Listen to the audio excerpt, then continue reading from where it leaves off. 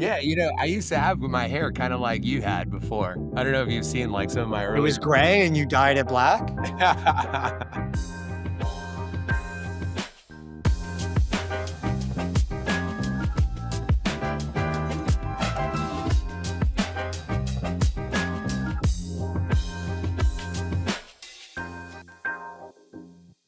Welcome back to the Media Odyssey podcast. That is Marion Renchette. And that is Evan Shapiro. And we have a very special episode with one of the biggest creators in the world on the podcast today. But before we get to that, Marion, creators were basically the center of the story at Cannes Lion. Is that what you thought? Yeah, 100%. And I think Pedro, Pedro Pina from YouTube, who we had on the pod, said the discussion around creators wasn't so much the why, but the how. And Yeah. we had, an amazing opportunity to spend some time with, Amelia Dilmodenberg from Chicken Shop Dates. And, I'm sure you met a ton of other folks. Yeah, that's exactly right. And those episodes with Pedro and Amelia are available right now. And we're really lucky to continue that narrative, that story with one of the biggest creators in the world, Dhar Mann. Dhar, welcome to the podcast. Thanks so much Eh, for being here.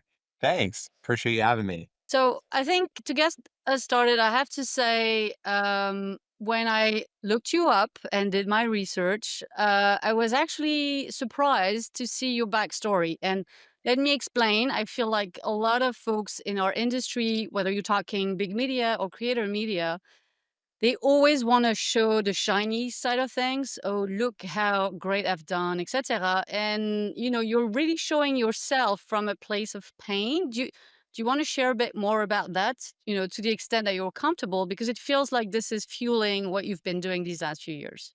Sure. I think part of the struggle with social media is that we're all seeing just polished versions of everybody's life.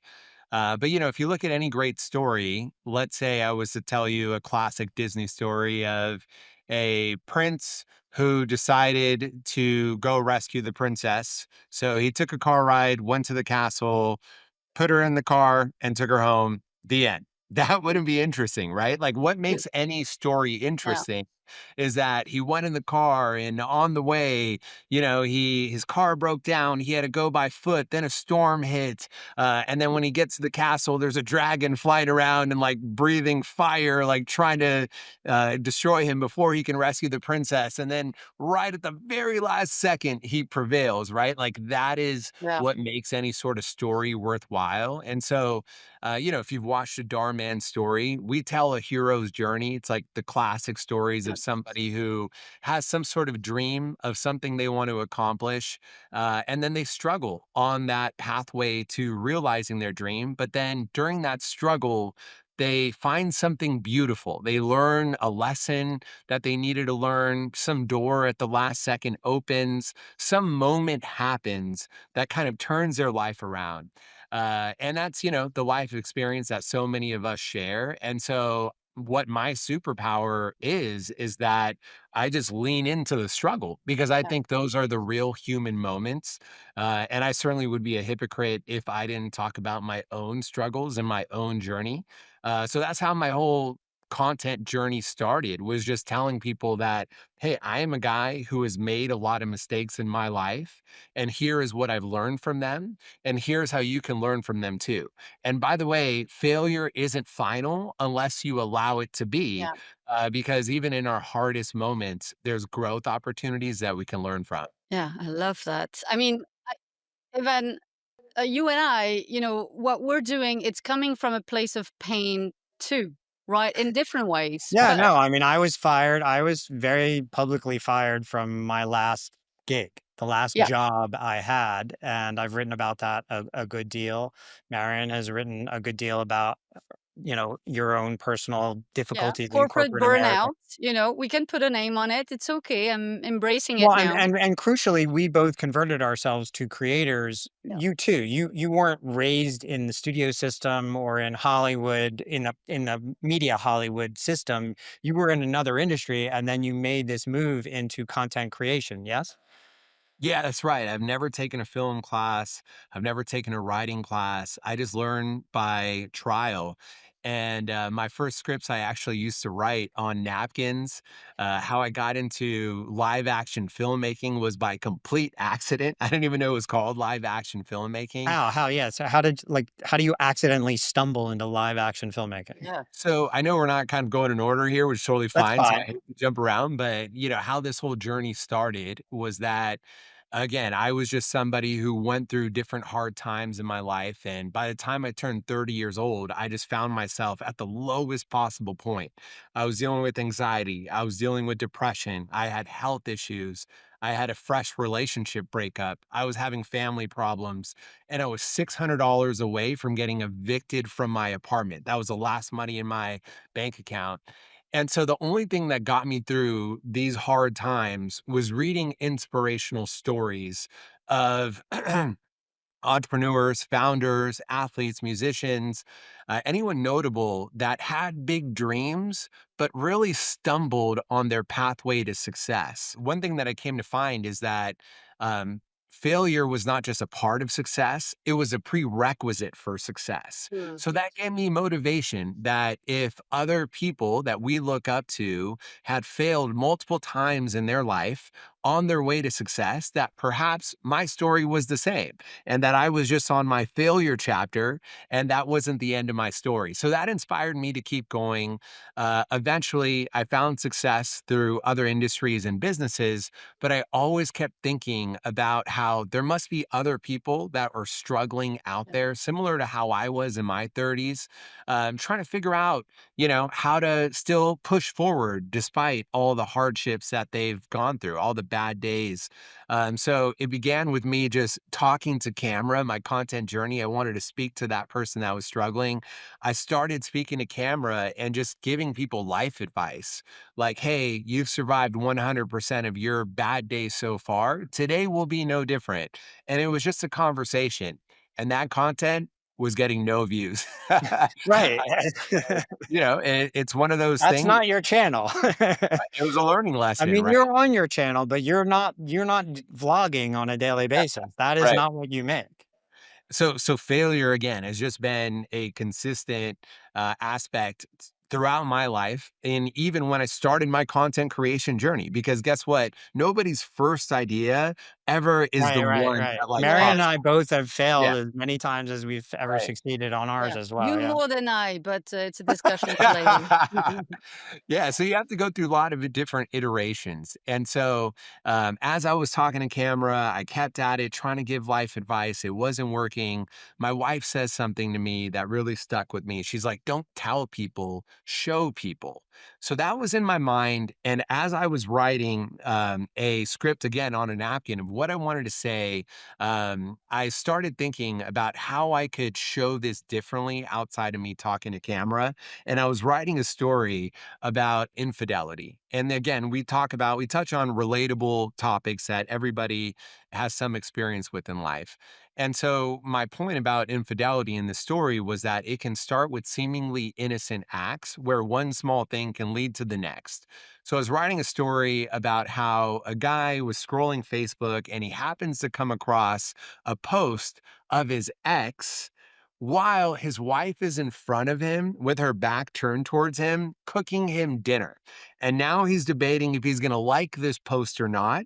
And then I was going to go on to tell a story of how that snowballed into something much more serious.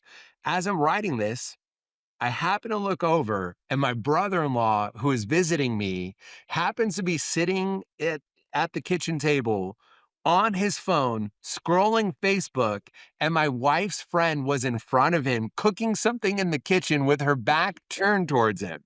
And I was like, if this isn't serendipity, I don't know what is. So I rush over and I grab my one employee that I had.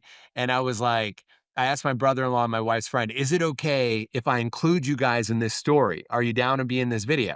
And they're like, yeah, sure. What do we have to do? And I'm like, nothing. Just You do have it. to cheat on your wife. Well, I probably should have disclosed that in hindsight. I didn't know that that would be the video that blew up, but yeah, sure enough, I go and I narrate the whole story as they're just like, doing these actions that they were already doing. And that was my That first was the video first to one that blew ever up? break 1 million views. And so what's Wow. funny about that is my camera equipment was just an iPhone. My studio was actually a studio apartment, and my actors were actually just like my brother-in-law and family friends. So later I came to find out that that was considered a live action film, because I had no Well, there you idea. go. Yeah, yeah. Yeah. Well, and it kind of exemplifies something, which is this new era, this new era of creatordom, um, is one of the key tenets is test and learn. Yeah. You Right. tested straight to camera vlogging. It didn't work. You tested by accident to a certain extent, by serendipity, by fate, what call it what you will, kismet. You tested live action, narrated by you, and the combination blew up.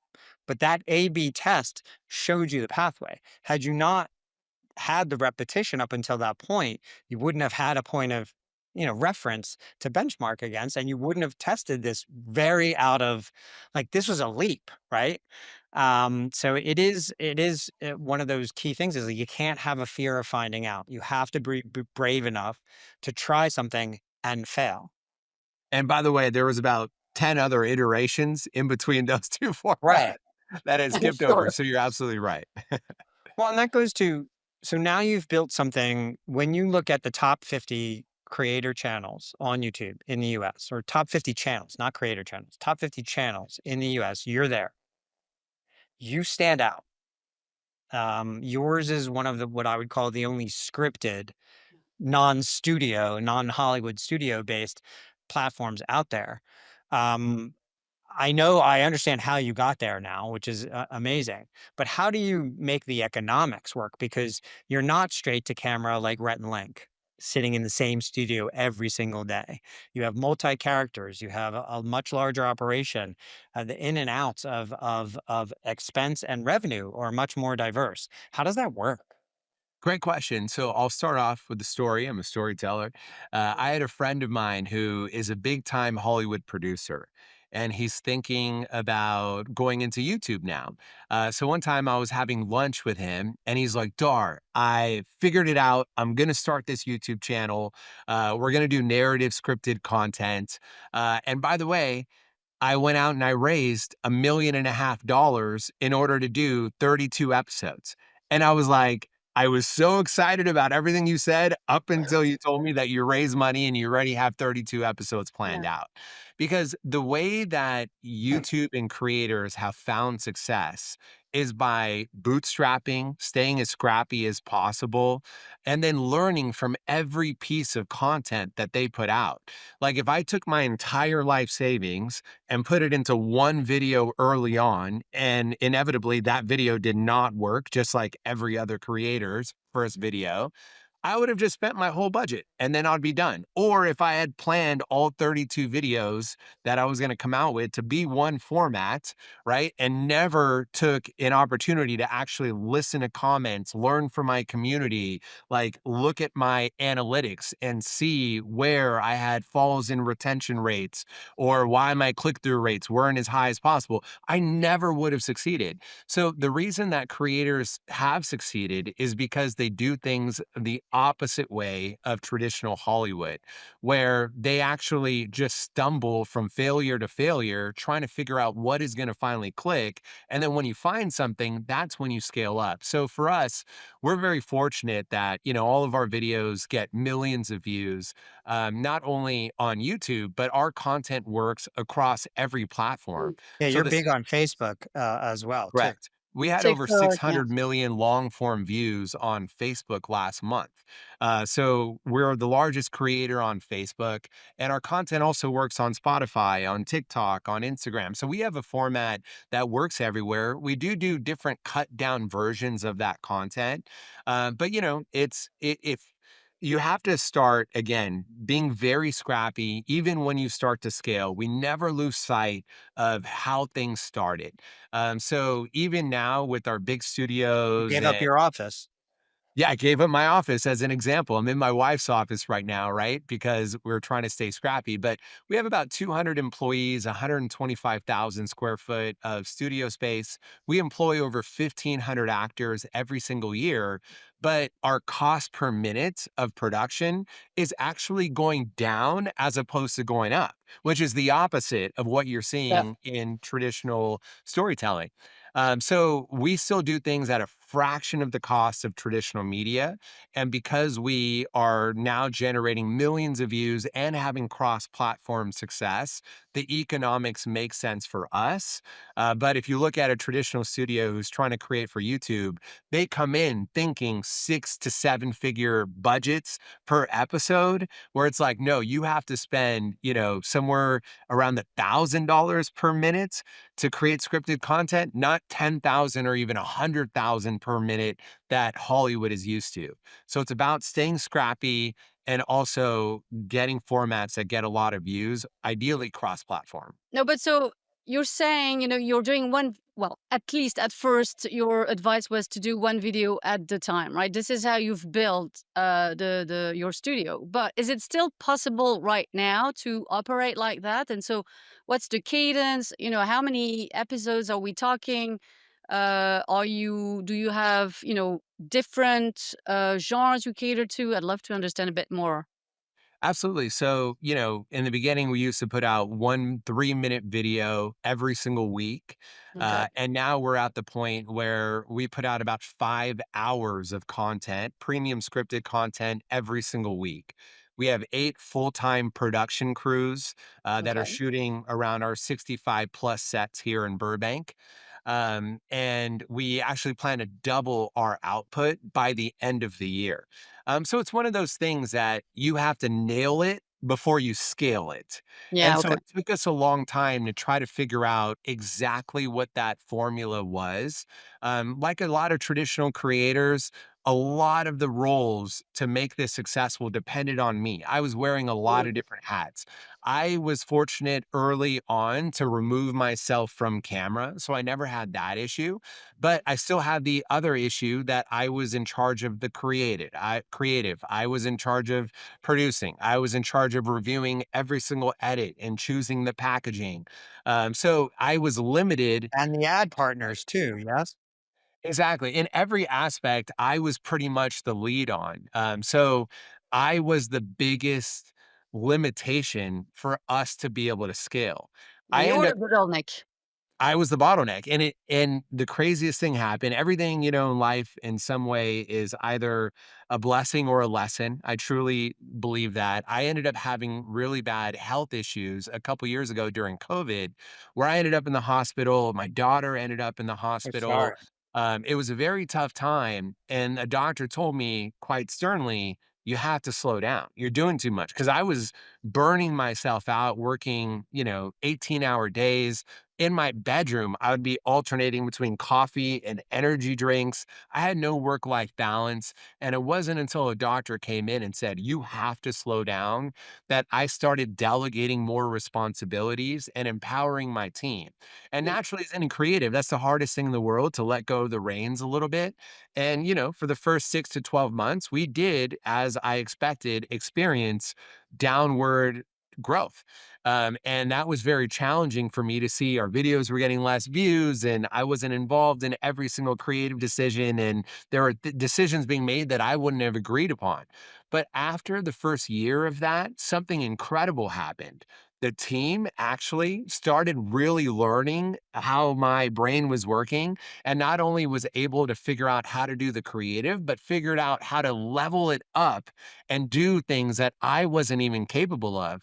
So from there, we actually started new genres of content. We went into horror, we went into action, we went into comedy, we went into romance.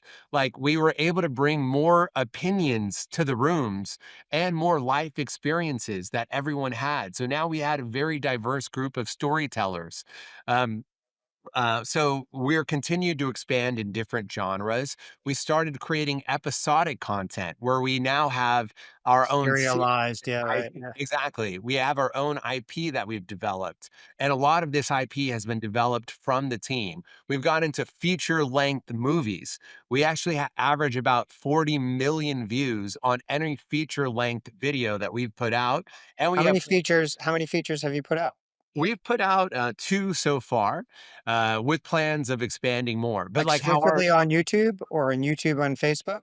yeah, I would say about 80% of our views for our features have been on YouTube, just And because do every you mind platform is do you different. mind Yeah. me asking, like, how many views has one or either of those features gotten off the top Yeah, of your head? it's anywhere between like 25 to 40 million views, I would say. So, again, So how do the economics work there? Is Yeah. that purely a programmatic ad sale? So the fill in there is enough of a split with between you and YouTube and then you and Facebook, because you also do a lot of video on Facebook to generate enough income because you're driving down the price of content creation.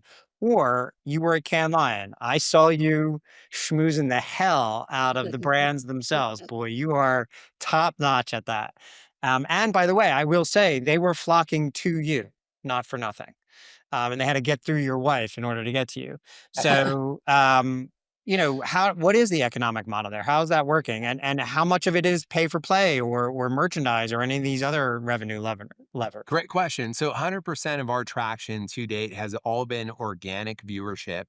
And if you look at any sort of RPM line on YouTube or any platform, it sort of looks like this. How do I describe this for the listeners on audio and not video? It starts to flatten the longer the runtime goes. So in the beginning of the first like 8 to 14 minutes, I would say, you're starting to see the sharpest increase in RPM. But then after you get past the 14-minute mark, you start to see it flatten. So what we've done is we have sort of figured out the perfect balance between optimizing for RPM and cost. Because in the beginning, your cost per minute for production is pretty much a flat line. Every additional minute costs about the same as the preceding minute. But Right. RPMs aren't that way. In the beginning, the RPM is increasing much faster, but you get to an inflection point where it starts to drop. So for us, 22-minute episodes are actually our bread and butter, which just happens to be perfect for TV length episodes. So as we start to have conversations with SVOD and fast channels, and they're like, can you create TV content? We're like, whoa, we've been doing this for the past several years. It just hasn't lived in the linear world or on streaming platforms, but the content is the same. Even though people think there's this big difference between YouTube and linear, those worlds are blending.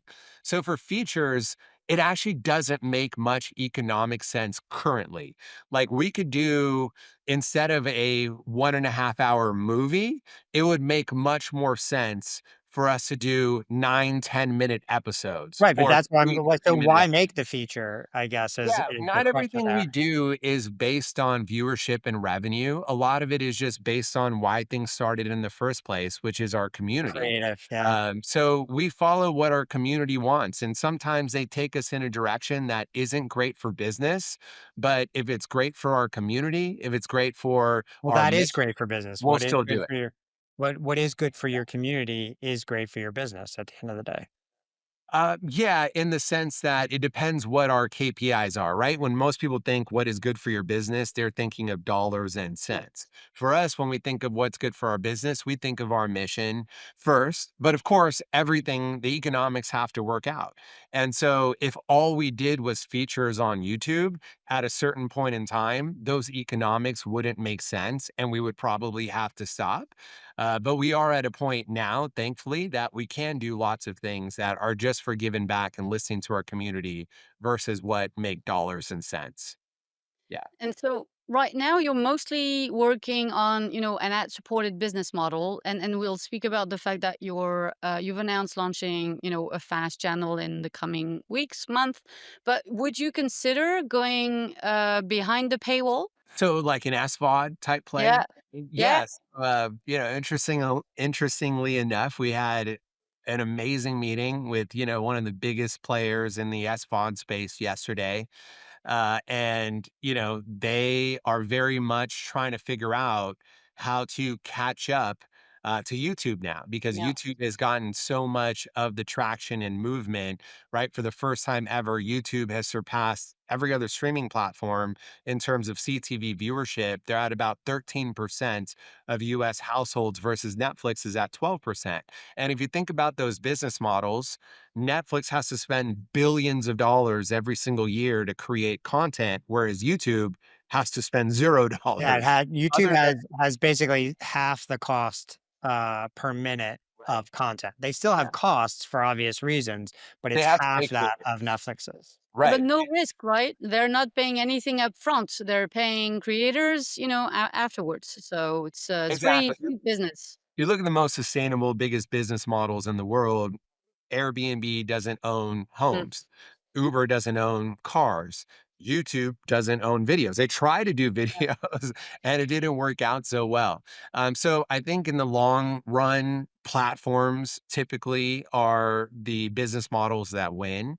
And so now Netflix and other big media players are trying to play catch up as Yeah. to how can they take a chapter out of YouTube's book. And it's unclear exactly what that looks like. I think the first iteration of that model was try to get creators to be talent on camera and Yeah. tell creators exactly what to do, what to say.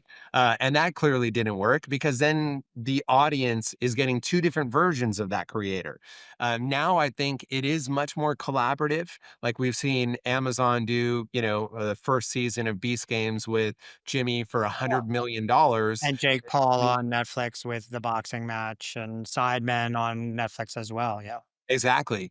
And I think now platforms are seeing that there's clearly some sort of special magic sauce that creators have, that they have a direct connection with their community, and they need to lean more into what the creator thinks is going to work rather than what the platform thinks. I think though, so we have a decent amount of listenership or viewership, depending on where you consume the Media Odyssey podcast, within the business side, the corporate business side, who we try to implore to convert and transform for this new era. But we also have a number of constituents who are producers, own production companies, small, mid-sized businesses, and they're struggling to transform those businesses. I think something that you said, that Amelia also talks about as well when we had her on the pod a couple weeks ago is ownership. You own 100% of your library, correct? Correct. Worldwide, in perpetuity, all platforms, as long as you continue to clear all the music and everything on the back end. Yeah. Yes. And it sounds not like you're just a creator who wants to produce stuff, like let's say a Ryan Murphy or someone like that who knows how to make one big deal, but you're running the analytics on the back end, you're studying the RPMs and the conversion rate, compared to the cost per minute per episode and where the sweet spot is, and a lot of other things that are just not where a lot of production companies know how to spend their times these days. But that's the table stakes these days, right? Yeah, creators are running every part of the business. I think that's why YouTube CEO Neil Mohan has said that YouTube is the new startup. And that's so true. Because you could start with no budget, no resources, no camera equipment, no crew. That's the way that I started, just in my apartment. And that's how a lot of business startups actually begin. So, I have a friend who is a popular YouTuber. He's a very successful entertainer. And currently, he makes about seven figures from his YouTube channel. And then a big SVOD platform came in and said, "Hey, we want to actually do a show with you, and we'll pay you eight figures to stop making on YouTube and to start making Right. for our platform." So he came to me and he goes, "Dar, I'm hopping off YouTube and I'm going to go to this streaming platform because they're paying me a lot more." And I gave him a response that he didn't quite expect. And so I said, "Yeah, that's great. You're going to make more, you're going to get a bigger check from this platform without a doubt. That makes a lot of sense." But one thing that you should also keep in mind is that by building on YouTube, you actually own all of your IP. You are owning your community. You can create so many other business opportunities off of that IP that you have. And by the way, while you might be leaving YouTube because you're making 7 figures there right now in order to make 8 figures on the streaming platform, your IP could actually be a 9 figure business in a few years on Yeah. YouTube if you keep going down that path. So he ended up staying on YouTube, and he's been absolutely crushing it. So I think that's one of the biggest unique opportunities of building on social platforms is that you continue to own 100% of your content and IP. On the good opportunity that you seem to be seizing is this fast. So you announced a partnership with Samsung TV Plus around a fast platform. Do you have any more details? Well, first of all, it seems like that's a great opportunity to take your IP. You control your own destiny. Why Samsung? It's been incredible meeting with the team at Samsung where I feel that they truly understand creators and they are tapping into our creative power versus just treating us like talent. So I think a lot of it just comes down to the chemistry and the collaboration that I've seen take place. Also, the partnership with Samsung is much bigger than what has been announced so far. So I think people are going to be, I know our fans are going to be really excited once they find out like the full extent of what that partnership looks like. And of course, Samsung's reach is huge. And to be able to have our videos preloaded in any Samsung Galaxy device gives us reach to new audiences that we don't take for granted. And they clearly want to do more than just this initial batch of content that they're getting from us. So I think they also see the long-term vision. So I'm really excited about the partnership with Samsung. And we're also not restricted. We still have a SVOD play. So, as I mentioned, we still have a lot of creative freedom to do other deals with platforms that we're looking at right now. And, one of the interesting parts about meeting with this huge platform yesterday that I didn't expect is that they also value our speed for production and our production cycle. So, I'm traditional sure they are. production cycles take anywhere between like a year to 3 years, let's say in Hollywood. When they asked us what our production cycles are running at, we said 30 days, and their jaws literally dropped to the floor. So I was like, instead of you guys greenlighting something that we're gonna give you 2 years from now, how about we just start giving you stuff 30 days from now? You start giving us insights and data as to what's working, and then we can pivot, and 30 days later, we can make adjustments based on the information you've given us that now we're catering more towards a community and serving your platform. And they were blown away by that. And I was like, and by the way, if you like the first series, we can create 4 more other series within the next 60 days. Like that's how fast we run. And these platforms are not used to that kind of turnaround. So I think, it's going to be interesting to see how platforms start to respond to YouTube's dominance in the media landscape and the changes that they start to make. Yeah. What I'm hearing from you though is that, because this world really likes exclusivity. And what I'm hearing from you and the advice that you gave, and I actually saw the LinkedIn post you did on that about your friend and creator friend. So you wouldn't do that, right? You wouldn't go exclusive. You need to stay free to do whatever you want to do. You're just going to maximize putting content out there on as many platforms as possible, right?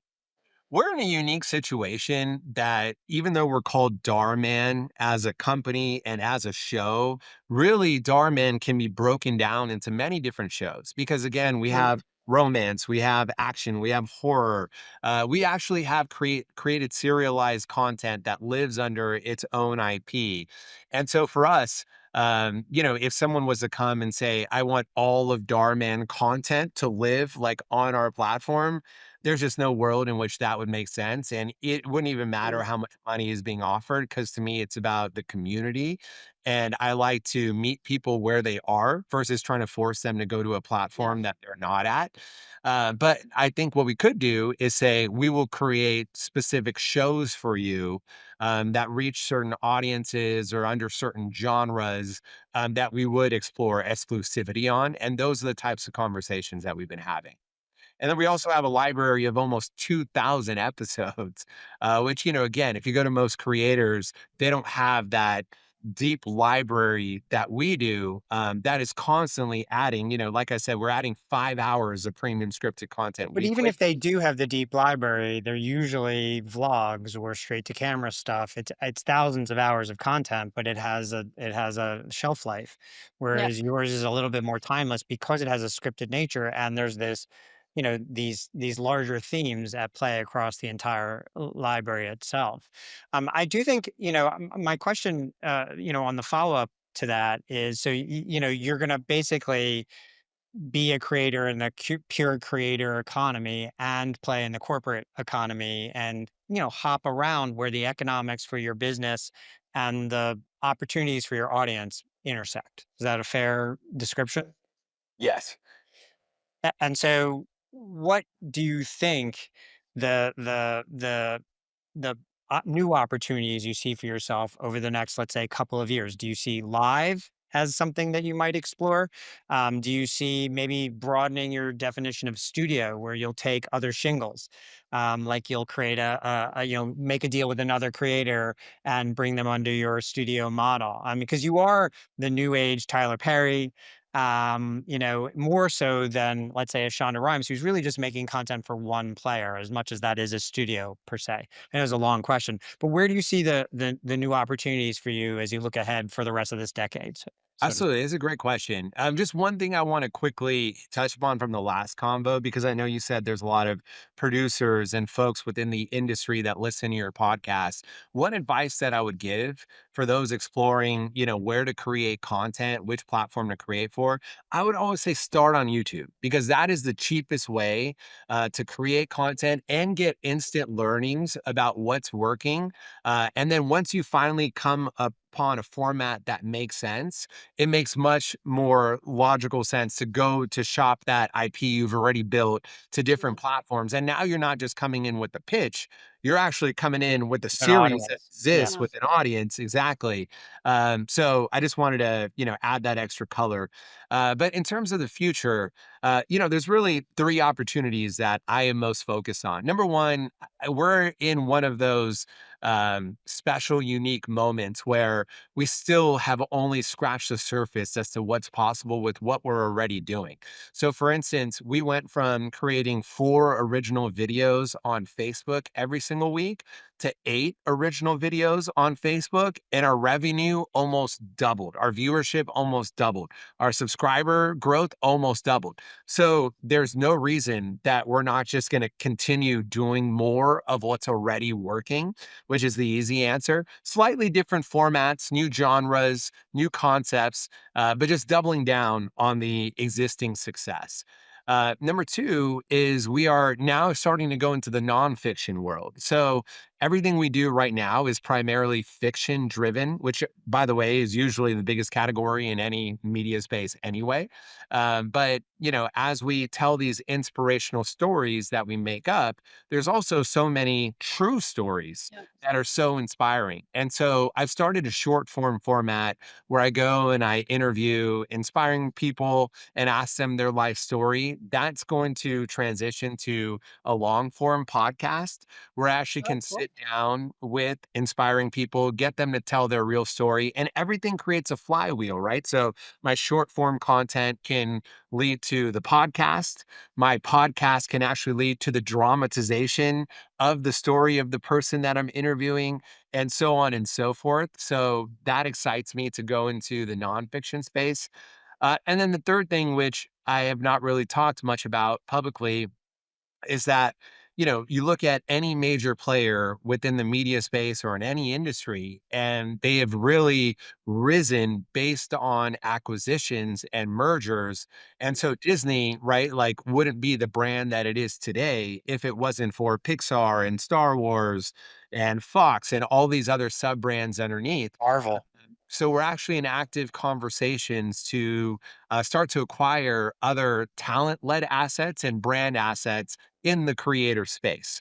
So to create more of that Disney umbrella, where you have access to many different brands, all that cater towards a family audience that is still brand safe and aligns with our positive mission. Sister Yeah. brands. Love it. Yeah, I think I was gonna say, even before you brought that up, I definitely see you as the Walt Disney of the creator era. You know, the studio, the themes, a lot of the history as well. It's just it's interesting that you said that.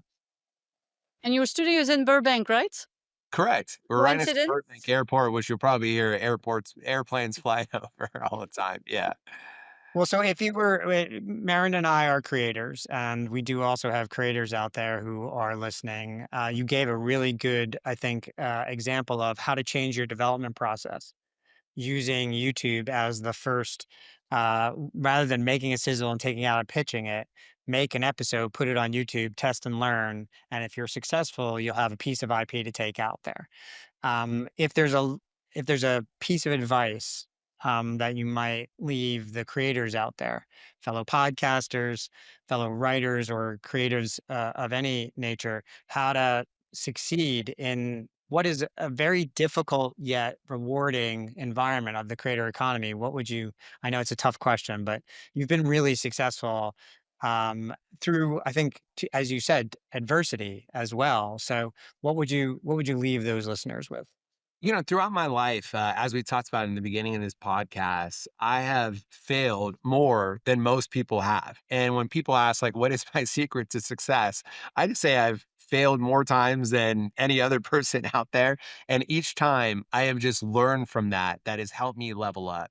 And so, every one of those struggles I actually started openly talking about in my content and connecting with my audience based on my life experiences and my hardship. And so, what I used to be ashamed about, right, my struggles actually became my superpowers. And this is a very common thing that you see with creators. So, for instance, I interviewed another creator as part of my short form nonfiction series, and he was in medical school and he was extremely just depressed. He was away from his family in another country. He was struggling with mental health. And he goes one day and he is in a very, very dark place in his life. I'll just say that. He ends up in front of the Sydney Opera House and he's having the worst imaginable thoughts. And two strangers came up and decided to ask him how he was doing. They saw the struggle in his eyes and they gave him a hug. Strangers. And that was such a magical experience for him that he came back and he told his family, I have never felt the way that those strangers made me feel before. So now I want to go out and make others feel that too. So he holds up a sign that says, if you're struggling with mental health, hug me. And he's wearing a blindfold. So many strangers come up and just give him these like long emotional hugs, and he's recording this experience. That format ends up going super viral for him, where now he's one of the top creators who gets billions of annual views, creating content that just helps people that are going through a hard time. So he leaned into his struggle to find his superpower. So that's my advice, is like, everybody is putting out a polished version of themselves where everyone is photoshopped, everyone is so glamorous, everyone's wearing amazing clothes and such, right? Like, if you really want to stand out, dig deep into the parts of your own story, your own heart, your own struggle. And those are the moments that make you human, that people are going to remember, and figure out a way to create content around that. Because in a world in which AI exists, everybody is optimizing for click-through rates and, and Yeah, doing what's best for the algorithm. The one thing that AI can never replace is your story, your journey, your struggle, your emotions. And the more that you can bring that into any creative project that you're doing, even if it's scripted like mine, like my content, I think the more that you'll be able to break through and shine. that's great. Nothing to add, Yeah, you no, know? I don't. I mean, That what is, can you say after that? if I Will could you come drop my every week? mic, I guess, if you want me to. Yeah, he needs to come every week. No, Yeah, but, and just really quickly, I think that's what Marion and I have very much found for ourselves. The yeah, more yeah, I agree. exposed we are, the better Yeah. off both of us wind up doing in our Yeah, creator businesses. So, Have you like done a LinkedIn absolutely. post about, like, you were very publicly I'm assuming you have because you talk about I wrote about having cancer. Yeah, Marion's talked about her struggles with personal, the career path. Yeah, right? we've both been very honest about that, and Yeah. it's only, I think, deepened our relationship with the people who follow us, right, Marion? yeah. Yeah, I agree. I mean, a lot of people are extremely nice to us because I think there's two things. I think we share a lot about ourselves, but we're also very generous with our ideas and what we do and etc. And we're really looking to, educate and bring value to people, then entertain. That's why he has that hair. That's why the French accent, all of Well, and that. But no, I agree. it's a much smaller version of what you have. I'm sure you're swarmed wherever you go, right? But n- e- even in our world, we Yeah, may not know everyone who follows us, and yet they definitely feel like they know us. And that yeah, deepens the relationship. And it's just been a very rewarding experience how I agree. personal our relationships with our Yeah. audience is. So I imagine what that must be like for you how many subscribers do you have on YouTube? 29 million? On YouTube, yeah, across all of our channels, we have just shy of 50 million because we have like 30, Wow. 40 channels. Our main channel, we have 25 million subscribers. So do people come up to you like a religion when they see you in the streets? It all depends. It's always interesting to me that I could walk into a room, if I go to Disneyland, sometimes there's a bigger line around me than Mickey Mouse. It's And then crazy. somewhere else where I can't even get inside, right? Because like they just don't know who I am. They So just don't know. yeah, for It me, does, but your it's all about following stems from that authenticity. So it's been amazing to hear your story and get Yeah. to know you over this hour. yeah, Thank you thanks. so And much. Go for ahead. sure, and it all started with just trying to, like, help one person going through a dark time, I never lose sight of that. When I was struggling to put out my first video, questioning myself with self-doubt, and a lot of the things that anyone who's looking to create something does, what got me over the hump was just remembering that even if only one person saw my videos, that would be worthwhile for Yeah. me to pursue to help that one person have a better day. And so even now, I don't take that fan interaction for granted. Even if I meet one person who happens to be impacted, and it sounds like this is happening to you guys, that's the whole soul of this all. We can easily get lost in the numbers and the spectacle, Mm, but just remembering that each person is human, each person, has feelings and a story. And if you can reach that one person, that makes this journey worthwhile. mm. Yeah. I love it. Well, this Thank you is so much for coming. Yeah, and I love the cherry blossoms in your background, by the way. My wife loves cherry blossoms. Nice. So don't tell anyone those are fake. Oh, I They would never last. They I would never they have last, been right? consistently in that same spot in every episode. So I think Yeah, for our 6 months. anyone So who's I ever think seen people the know. YouTube. gotcha. Yeah, but this has Yeah. been Dar. Thank you so much. It's been great. Yeah. Hopefully, we can spend some time outside the pod at some point. But thank you for spending this time with us. This has been the Media Odyssey podcast. Marianne Runchette, where can they find your newsletter?